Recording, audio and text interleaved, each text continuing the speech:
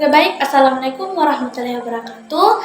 Saya Dora Nisa, NIM D240035, Fakultas Keguruan dan Ilmu Pendidikan, Prodi PGSD. Mata kuliah Public Speaking dan dosen pengampu Muhammad Khairul Umar BK, SPD MPD. Dan saya dari Universitas Madako Toli. Jadi di video kali ini saya akan membahas tentang pemanfaatan alat teknologi dan media publikasi dalam public speaking dan simulasi kreatif. Jadi saya punya 4 pembahasan, bisa dilihat di atas. Untuk yang pertama itu alat teknologi untuk meningkatkan kualitas dan penyampaian dan simulasi.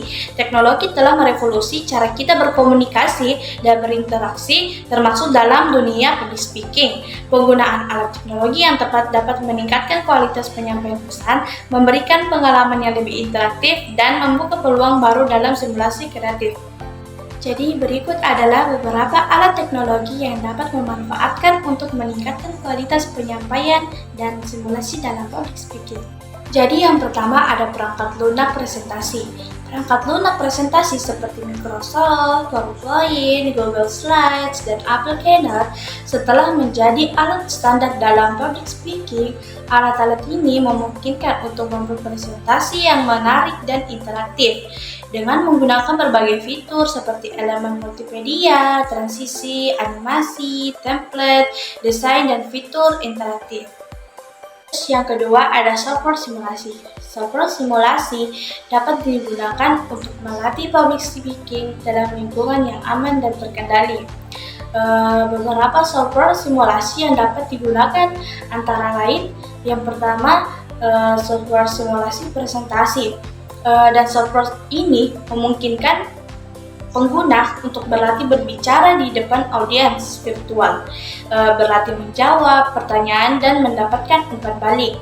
Yang kedua, software simulasi interaksi. Software ini dapat digunakan untuk melatih public speaking dalam skenario yang lebih kompleks seperti simulasi interaksi dengan media simulasi, menghadapi pertanyaan yang menantang, dan simulasi presentasi di depan audiens yang besar. Yang ketiga, platform video conferencing. Platform video conferencing seperti Zoom, Google Meet, dan Microsoft Teams dapat digunakan untuk simulasi public speaking jarak jauh. Hal ini memungkinkan untuk berlatih berbicara dengan audiens virtual yang berada di lokasi berbeda, memberikan pengalaman yang realistis dan memungkinkan untuk mendapatkan umpan balik dari berbagai perspektif. Yang keempat, virtual reality atau VR dan augmented reality AR. VR dan AR membuka peluang baru dalam simulasi public speaking. Dengan menciptakan lingkungan dan situasi yang realistis, VR memungkinkan pengguna untuk merasakan pengalaman berbicara di depan audiens yang besar dalam lingkungan virtual. Sementara AR dapat menambahkan elemen virtual ke lingkungan nyata seperti menampilkan slide presentasi di dinding ruangan. Yang kelima, AI-powered public speaking tools.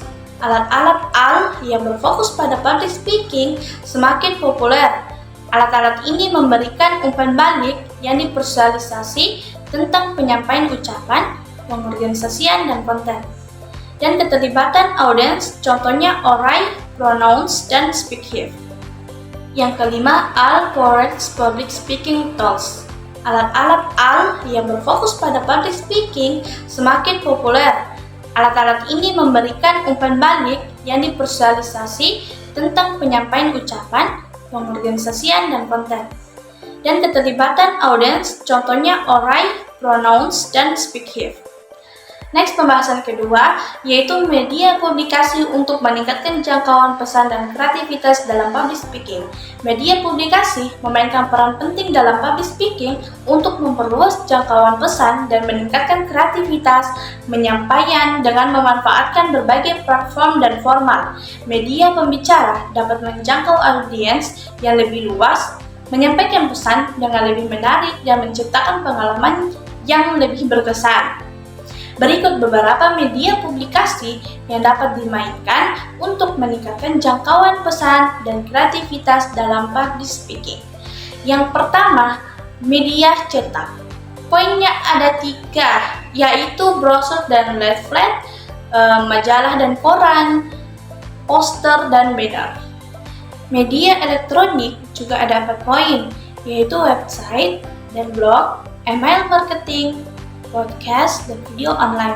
Selanjutnya media sosial ada 3 poin, yaitu Facebook, Instagram, Twitter, TikTok, dan Snapchat. Selanjutnya media interaktif ada 3 poin, yaitu webinar, aplikasi mobile, dan augmented reality atau AR, dan virtual reality atau VR. Selanjutnya media kreatif ada 3 poin, yaitu infografis, animasi, musik, dan suara. Yang terakhir, strategi untuk meningkatkan jangkauan pesan dan kreativitas. Ini itu ada 5 poin, yaitu tentukan target audiens, pilih media yang tepat, buat konten yang menarik, promosikan konten, dan pantau dan evaluasi. Selanjutnya pembahasan ketiga, yaitu strategi integrasi teknologi dan media publikasi dalam simulasi kreatif.